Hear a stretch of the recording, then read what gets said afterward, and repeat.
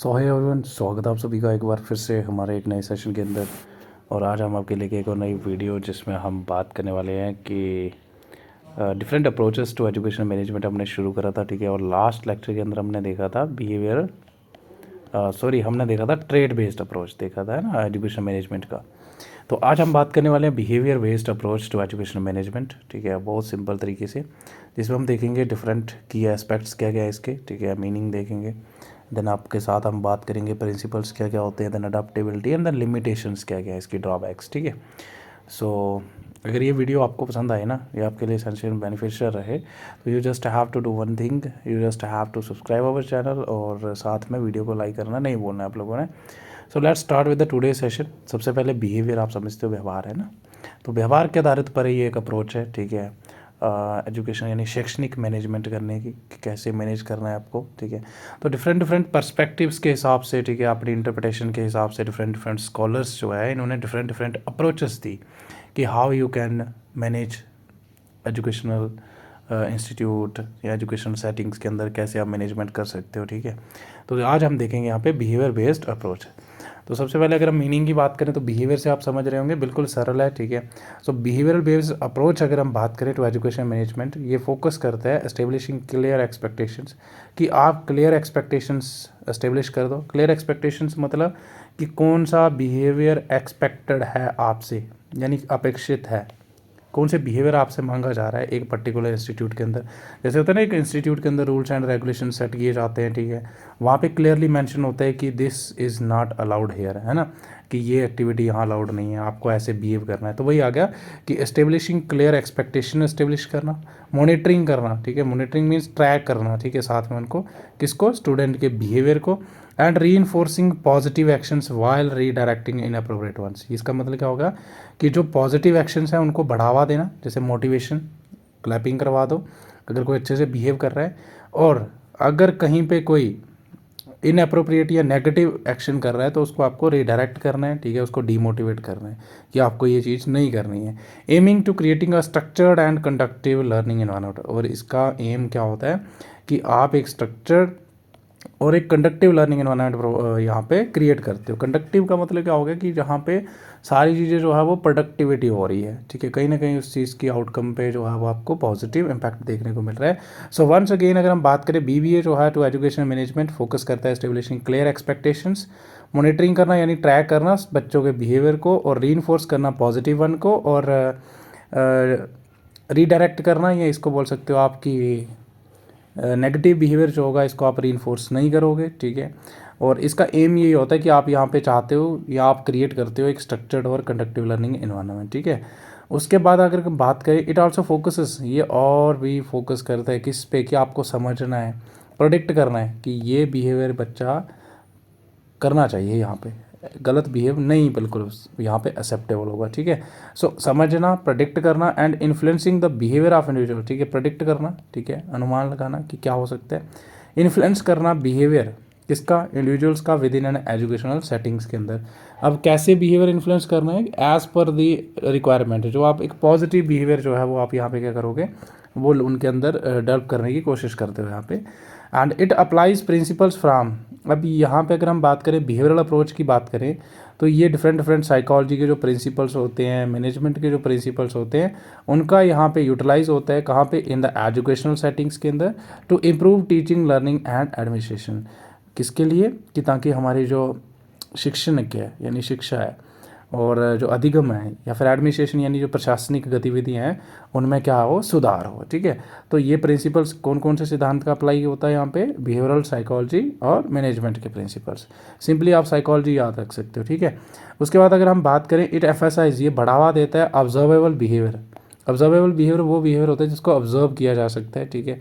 Teachers हो सकते हैं यहाँ पे, स्टूडेंट्स का हो सकता है, एडमिनिस्ट्रेटर्स का हो सकता है। मतलब कहने का मतलब यही होगा कि यहाँ पे हम किस चीज़ को प्रायोरिटी देते हैं, बिहेवियर को, कि हम यहाँ पे ट्राई करते हैं, चाहे वो टीचर हो, चाहे वो स्टूडेंट्स हो, चाहे वो एडमिनिस्ट्रेटर हो, उनके अंदर कैसा बिहेवियर आना होना चाहिए, पॉजिटिव वन, ठीक है, कहीं ना कहीं एक जो कंट्रीब्यूट करे वेल स्कूल की इंस्टीट्यूशन की डेवलपमेंट में, ठीक है। And seeks to enhance motivation, और यहाँ पर ट्राई किया जाता है कि अभिप्रेरणा जो होती है, मोटिवेशन बढ़ाई जाए, डिसिप्लिन अनुशासन हो गया, ठीक है, और productivity through reinforcement strategies. Reinforcement strategies वही आ जाएंगी, जैसे अगर कोई पॉजिटिव बिहेवियर शो कर रहा है तो उसको रिवार्ड वगैरह, ठीक है, मोटिवेशन, और अगर कोई नेगेटिव बिहेवियर शो कर रहा है तो उसके लिए पनिशमेंट, ठीक है। बिहेवियरल मॉडिफिकेशन, तो बिहेवियर मॉडिफाई करके, एंड सिस्टमेटिक इंटरवेंशंस। अब इंटरवेंशंस का मतलब क्या होता है, देखो इंटरवेंशंस होता है कि जो हम इंटेंशनली एक्शन लेते हैं कोई चीज़ ख़राब होने से पहले। जैसे हो सकता है ना कि अब दूध फट गया, ठीक है, दूध फट गया तो आप उसको फेंकोगे नहीं, नहीं, आप इंटरवेंशन वहाँ पे कुछ अप्लाई करोगे, लाइक आप क्या करोगे, उसका पनीर बना दोगे, ठीक है। तो वही आगे कि इंटरवेंशंस क्या होती हैं, कोई सिचुएशन ख़राब होने से पहले उसको ठीक करने के लिए जो एक्शन लिया जाता है। तो वही आ गया कि यहाँ पे जो बिहेवियर है दैट इज़ अनएक्सेप्टेबल, आप उसको ठीक करने के लिए यहाँ पे इंटरवेंशंस जो है वो सिस्टमेटिकली अप्लाई करते हो, ठीक है, या रीइंफोर्समेंट स्ट्रेटजीज यूज़ करते हो या बिहेवियरल मॉडिफिकेशंस करते हो। तो ये अप्रोच हमारी इसी चीज़ पे फोकस करता है। उसके बाद कहता है this approach is rooted in theories, ये तो आपको पता है BF स्किनर्स की जो बिहेवियरिज्म थ्योरी थी, ठीक है, और हाईलाइट करता है reinforcement and conditioning as a key tool in shaping behaviour. Very very important कि जो रीइंफोर्समेंट होती है और कंडीशनिंग होती है, जैसे डॉग का एक्सपेरिमेंट पढ़ा होगा आपने पैवलोव का, ठीक है, जिसमें उन्होंने जो है वो साल्वेशन देखा होगा कि बेल रखते थे, ठीक है, और एक जगह फूड रखते थे, ठीक है, और स्लोली स्लोली उन्होंने कैसे जो है वो उस कुत्ते को सिखा दिया था कि जैसे ही बेल रिंग होती थी तो वो कुत्ते के मुंह से साल्वेशन शुरू हो जाती थी। सो इन द सिमिलर वे में कंडीशनिंग और रीइंफोर्समेंट जो है ये एक इंपॉर्टेंट रोल प्ले करते हैं किसी भी इंडिविजुअल का बिहेवियर को शेप करने में, ठीक है। तो ये मेन थ्योरी अगर क्रक्स में बात करें तो ये फोकस करते हैं कि आपको पॉजिटिव बिहेवियर जो है उसको बिल्ड करना है, ठीक है, बच्चे के अंदर, ठीक है, इनकलकेट करना है उसके अंदर, और जो नेगेटिव बिहेवियर है उसको आपको रीडायरेक्ट करना है या उसको आपको वहाँ से हटाना है, ठीक है, उसके अंदर से। की एस्पेक्ट की अगर हम बात करें, देखो यहाँ पे बिहेवियरल मॉडिफिकेशन सबसे पहला आ जाएगा कि रीइंफोर्समेंट टेक्निक्स का यूज़ करके आप यहाँ पे बिहेवियर को मॉडिफाई करोगे। रिवार्ड हो सकता है, पनिशमेंट हो सकती है। अब रिवार्ड होगा अगर वो पॉजिटिव बिहेवियर शो कर रहा है, नेगेटिव होगा तो punishment, to shape student and teachers behaviour positively, ठीक है, कि बिहेवियर को शेप करने के लिए यहाँ पे हम रीइंफोर्समेंट का यूज़ करते हैं। सेकेंड आ जाएगा रीइंफोर्समेंट स्ट्रैटेजीज। देखो एस्पेक्ट्स होते हैं इसके, पहलू, सब रूप बोल सकते हो आप इसका, ठीक है। उसके बाद रीइंफोर्समेंट स्ट्रैटेजीज यूज़ कर सकते हो। इनकरेज पॉजिटिव बिहेवियर जो है उसको इनकरेज करो रिवार्ड के थ्रू, ठीक है, पॉजिटिव रीइंफोर्समेंट हो जाएगा।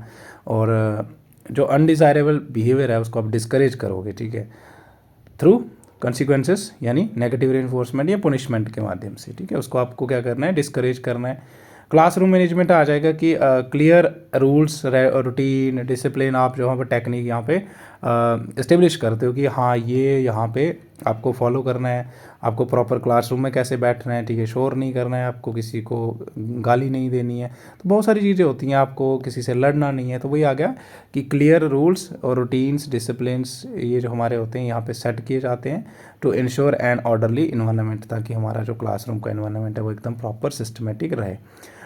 टीचर स्टूडेंट इंटरेक्शन होती है यहाँ पे, यस, कहीं ना कहीं अगर हम बात करें यहाँ पे ये भी देखा जाता है कि कैसे जो टीचर का बिहेवियर है वो इन्फ्लुएंस करता है बच्चे की लर्निंग को, ठीक है, और कैसे फीडबैक जो होता है वो टीचर की जो परफॉर्मेंस है या स्टूडेंट की जो परफॉर्मेंस है उसकी इम्प्रूवमेंट में हेल्प करता है, ठीक है। उसके बाद आता है आपका पॉजिटिव नेगेटिव मिलता है ना आपको, जैसे आप पढ़ा के, एक मिनट सुनो, जैसे देखो आप पढ़ा के जो है वो बाहर जाते हो, ठीक है, आपका हो गया अभी ख़त्म हो गया, उसके बाद फीडबैक देते हैं आपको स्टूडेंट्स कि आपने कैसा पढ़ाया, तो आपको यहाँ से पता चल जाएगा कि मैं कितना अफेक्टिव तरीके से पढ़ाया, ठीक है। या फिर आप बच्चों को जब असेस करते हो, जब भी आपका लेसन ख़त्म होता है तो आप उनसे कुछ क्वेश्चंस पूछते हो टू असेस देयर अचीवमेंट, है ना। तो यहाँ से भी दोनों को फीडबैक मिलेगा, ठीक है, और दोनों को पता चलेगा कि हमारी परफॉर्मेंस कैसी है, ठीक है, और कहाँ पे एरियाज ऑफ वीकनेस हैं, कहाँ पे हमें सुधार लाने की ज़रूरत है, ठीक है। तो ये सारी चीज़ें, और टीचर भी जो है यहाँ से उसको बहुत बेनिफिट होता है कि उसको पता चल जाएगा कहीं ना कहीं मेरे मेथड में डिफ़ॉल्ट है, ठीक है, तभी बच्चों को समझ नहीं आ रही। उसके बाद आता है परफॉर्मेंस मॉनिटरिंग। तो वही आगे कि आप प्रोग्रेस को ट्रैक करते हो। Use data collection and analysis to assess student progress and behavioural pattern को असेस करने के लिए, उनका पता करने के लिए। मोटिवेशन टेक्निक्स का यूज़ करते हो आप, ठीक है। Implement strategies such as goal setting, goal set करके, reward and intrinsic motivation to enhance student engagement, यानी बच्चों की इंगेजमेंट को बढ़ाने के लिए आप रिवार्ड ये गोल रख देते हो उनके सामने कि you have to achieve this particular goal. Intrinsic motivation क्या होती है, मोटिवेशन जो कि आपके अंदर से आती है, यानी जो ड्राइविंग फोर्स है ना वो आपके इंटरनल है, मन से आ रही है, बाहर नहीं है।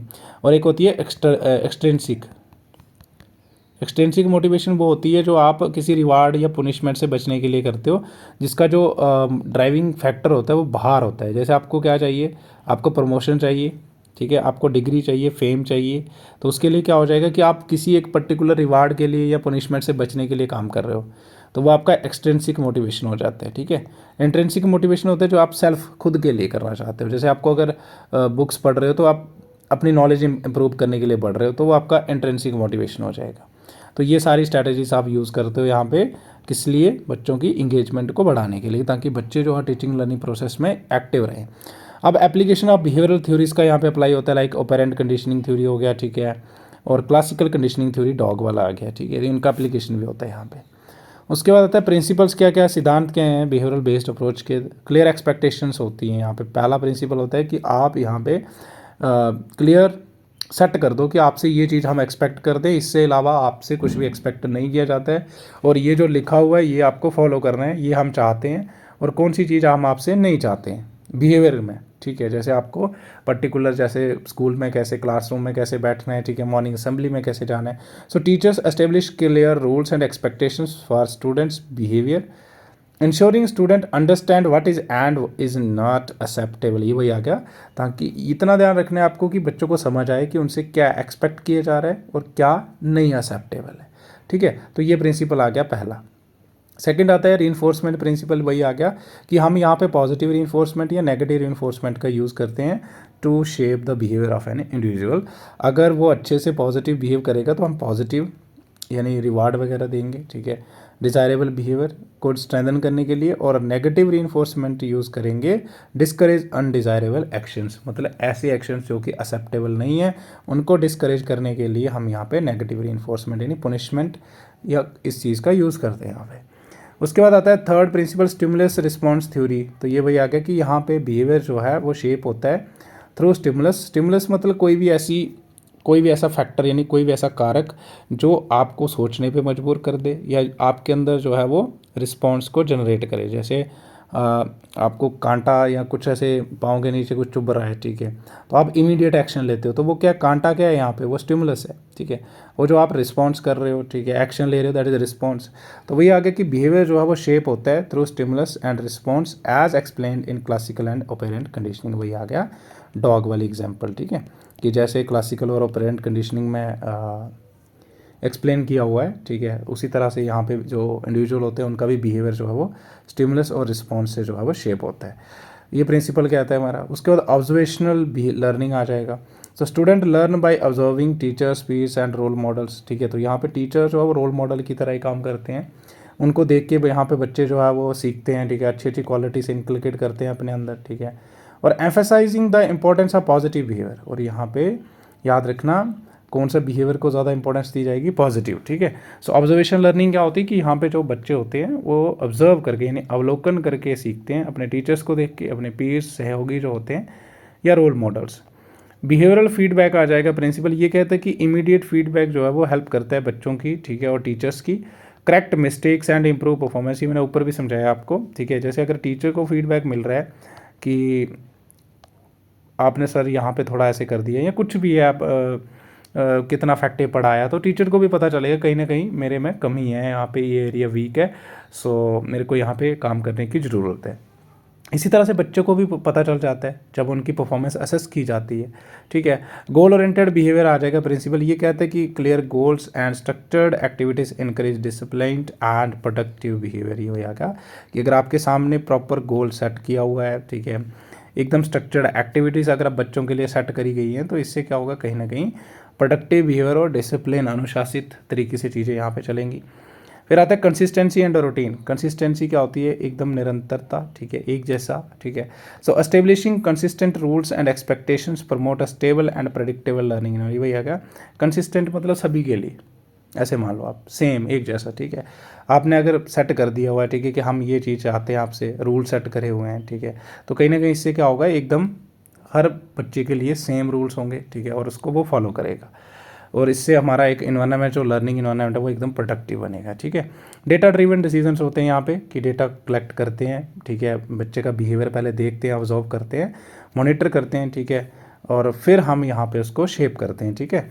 Using rewards, assessments and observation to guide management decision. ये वही आ गया, असेसमेंट करके, ठीक है, और रिवार्ड्स वगैरह से, या फिर ऑब्जर्वेशन करके, अवलोकन करके। ऑब्जर्वेशन मतलब टू फोर सी या टू सी, फोर सी नहीं आएगा sorry, to see, to observe, to examine. जैसे वो चीज़ हो रही है, जैसे कोई बच्चा है वो क्लासरूम में कैसे बिहेव कर रहा है, ठीक है, तो आप उस चीज़ को पहले देखते हो, ठीक है, उस चीज़ को नोट करते हो, देन आप यहाँ पे डिसीजन लेते हो। तो ये कुछ प्रिंसिपल्स आ जाएंगे हमारे। फिर अडेप्टेबिलिटी क्या है, ठीक है, इसकी इंडियन एजुकेशन सेटअप के अंदर, तो स्ट्रक्चर्ड क्लासरूम मैनेजमेंट में, ठीक है, सो हेल्प करता है teachers maintain discipline in overcrowded classroom में, ठीक है, कि टीचर की ये हेल्प करता है डिसिप्लिन यानी अनुशासन को मेंटेन करने में ओवर क्राउडेड क्लासरूम के अंदर, ठीक है। Inclusive education support very important, कि बेनिफिशियल होता है हमारा ये for managing students with special needs using behavioural modification techniques, ठीक है। अगर कोई बच्चा है, ठीक है, उसकी कोई स्पेशल नीड है, ठीक है, जैसे होता है ना, आपको पता है कि हमारे जो क्लासरूम होते हैं यहाँ पे बड़े सारे बैकग्राउंड्स के बच्चे होते हैं, ठीक है, कुछ बच्चे होते हैं स्पेशली एबल चिल्ड्रन होते हैं, कुछ गिफ्टेड चिल्ड्रन होते हैं, कुछ नॉर्मल बच्चे होते हैं, ठीक है, और कुछ बच्चों के, हर बच्चे की अपनी अपनी नीड्स होती हैं, ठीक है। तो वही आगे कि मैनेज करना अलग अलग बच्चे को उसकी नीड के हिसाब से, वहाँ पे भी हेल्पफुल होता है कि हम बिहेवियरल मॉडिफिकेशन टेक्निक्स का यूज़ करके उसके बिहेवियर को मॉडिफाई कर सकते हैं यहाँ पे, यानी इंडिविजुअलाइज्ड आप बोल सकते हो, सपोर्ट प्रोवाइड कर सकते हो उसको व्यक्तिगत तरीके से। टीचर ट्रेनिंग प्रोग्राम्स में भी हम इसको ऐड कर सकते हैं, ताकि जो हमारे टीचर ट्रेनीस हैं उनको भी हम सिखा पाएँ कि कैसे आपको जो है वो बिहेवियर मैनेजमेंट करना है, ठीक है। सो कैन बी, यानी जो हमारा बिहेवियरल बेस्ड अप्रोच है, can be integrated into teacher education to improve classroom behaviour management, की कैसे आपको क्लासरूम बिहेवियर मैनेज करना है। फिर digital learning and behaviour analytics, so कहता है कि टेक्नोलॉजी का भी यूज़ कर सकते हो आप, ठीक है, बिहेवियर को ट्रैक करने के लिए, फिर आप डिसीजन लेने में। So technology driven behavioural tracking tools can support individualised learning को भी सपोर्ट किया जा सकता है यहाँ पे। कल्चरल सेंसिटिविटी इन रीइंफोर्समेंट, ये वही आ गया, reward and reinforcement can be adopted to suit Indian social and cultural values को, उसके हिसाब से, यानी हम रिवार्ड और रीइंफोर्समेंट जो है इसको टेक्निक को अडॉप्ट कर सकते हैं। रिवार्ड वही आ गया, अगर पॉजिटिव बिहेव शो कर रहेंगे तो रिवार्ड, ठीक है, रीइंफोर्समेंट टेक्निक्स का यूज़ कर सकते हैं। Parental involvement, yes, encourage collaboration between parents and teachers to reinforce positive behaviour at home, ठीक है, तो यहाँ पे पेरेंट्स और टीचर्स दोनों मिलकर भी काम कर सकते हैं बच्चे के अंदर पॉजिटिव बिहेवियर को बढ़ावा देने के लिए, ठीक है। उसके बाद आपका आ जाएगा, यहाँ पे भी अडॉप्टेशन आ जाएगी इसकी, पॉलिसी इंटीग्रेशन, यानी जो भी हमारी पॉलिसी आती है एजुकेशन के रिलेटेड, ठीक है, तो वहाँ पे भी हम इस चीज़ को इंटीग्रेट कर सकते हैं, ठीक है, ताकि हमारी पॉलिसी उसी हिसाब से हो, ठीक है, ताकि जो भी हमारे इंस्टीट्यूट हैं वो सारे इसको फॉलो करें। सो ये जो हमारा BBA, इसको हम एम्बेडेड कर सकते हैं इनटू नेशनल एजुकेशन पॉलिसीज़, जैसे हमारा नेशनल एजुकेशन पॉलिसी 2020 हो गया, to enhance student engagement and discipline. Application in rural and urban schools, तो यहाँ पे दोनों जगहों पे हम इसका यूज़ कर सकते हैं थ्रू इम्प्लीमेंटेशन, नहीं, दो इम्प्लीमेंटेशन में require customisation based on resources, but implementation के लिए आपको कस्टमाइजेशन रिक्वायर्ड होती है, किसके हिसाब से, रिसोर्स कितने हैं आपके पास, ठीक है, अब कहीं पे रिसोर्स ज़्यादा होते हैं, कहीं पे कम होते हैं, ठीक है। उसको लिमिटेशंस क्या है इसकी, ड्रॉबैक्स अगर देखें तो लार्ज क्लास साइज़ होता है और डिफ़िकल्ट हो जाता है कि आप हर एक बच्चे को, यानी इंडिविजुअलाइज तरीके से उसका बिहेवियर मैनेज करो, तो ये बहुत डिफिकल्ट होता है, ठीक है। So difficult to apply individualised behaviour management techniques in overcrowded classroom. अब अगर 200 बच्चे हैं क्लासरूम के अंदर, तो आप हर बच्चे का बिहेव कैसे जो है उसको ट्रैक करोगे, कैसे मॉनिटर करोगे, कैसे उस चीज़ को जो है वो यहाँ पे मैनेज करोगे, समझ आ रही ना आपको, तो डिफ़िकल्ट हो जाता है लार्ज क्लास साइज़ के कारण। तो ये लिमिटेशन आ जाएगी कि लार्ज क्लास साइज़ में ये चीज़ एप्लीकेबल नहीं है, या इतना ज़्यादा इसका आउटकम जो है वो पॉजिटिव नहीं आता है। लिमिटेड टीचर ट्रेनिंग, अब देखो अगर बिहेवियरल मैनेजमेंट करना है तो teacher must have the proficiency, have the knowledge about behavioural psychology. तो अगर उसके पास नॉलेज ही नहीं है, उसके पास ट्रेनिंग ही नहीं है, ठीक है, तो कैसे करेगा वो, तो वही लिखा लिमिटेड टीचर ट्रेनिंग, ठीक है, कि टीचर को ट्रेनिंग ही नहीं मिल रही है, ठीक है, इन सारी टेक्निक्स की। So many teachers lack formal training in behavioural psychology and reinforcement strategies के बारे में मालूम नहीं है, जिससे क्या होता है वो अफेक्टिव तरीके से बिहेवियरल स्ट्रैटेजीज़ का यूज़ नहीं कर सकते। फिर आपका आता है रिजिड करिकुलम, हमारा रिजिड होता है, ठीक है, ज़्यादा फोकस हम किस पे करते हैं, बस रट्टो मार्क्स लेके आओ, एग्ज़ाम पास करो, है ना। सो इसके कारण हम बिहेवियरल जो एस्पेक्ट है उसको हम निगलेक्ट कर देते हैं। So focus on rote learning, ठीक है भाई, रट्टा मारने वाली, rather than student behaviour and holistic development पे हम यहाँ पे इतना ज़्यादा फोकस नहीं करते। होलिस्टिक मतलब सर्वांगीण विकास, जिसमें सारे के सारे डोमेन्स आते हैं बच्चे की डेवलपमेंट के, चाहे वो बिहेवियरल डोमेन है, चाहे वो कोग्निटिव साइकोलॉजिकल, ठीक है, चाहे वो फिजिकल डोमेन है, चाहे वो इमोशनल डोमेन है, ठीक है। तो इन चीज़ों पर हम यहाँ पर ज़्यादा फोकस नहीं करते हैं, बल्कि हम रट्टा एग्ज़ाम दो, पेपर पास करो, ठीक है, इस पर ज़्यादा फोकस होता है कि करिकुलम हमारा रिजिड है, फ्लेक्सिबल नहीं है। रिसोर्स कंस्ट्रेंट्स आएगी कि हमारे पास रिसोर्सेस ही नहीं है, ठीक है। गवर्नमेंट एंड रूरल स्कूल्स में lack funds to implementing behavioural intervention programmes, ठीक है। उसके बाद कल्चरल की इतने रिसोर्सेस नहीं है इनके पास कि जिससे वो बिहेवियरल इंटरवेंशन प्रोग्राम्स को इम्प्लीमेंट कर सके। कल्चरल डाइवर्सिटी चैलेंज आ जाएगा। अब देखो कभी कभी क्या होता है, जैसे मैंने अभी बताया कि हमारे क्लासरूम के अंदर आपको देखना कल्चरल डाइवर्सिटी देखने को मिलती है हमें, है ना।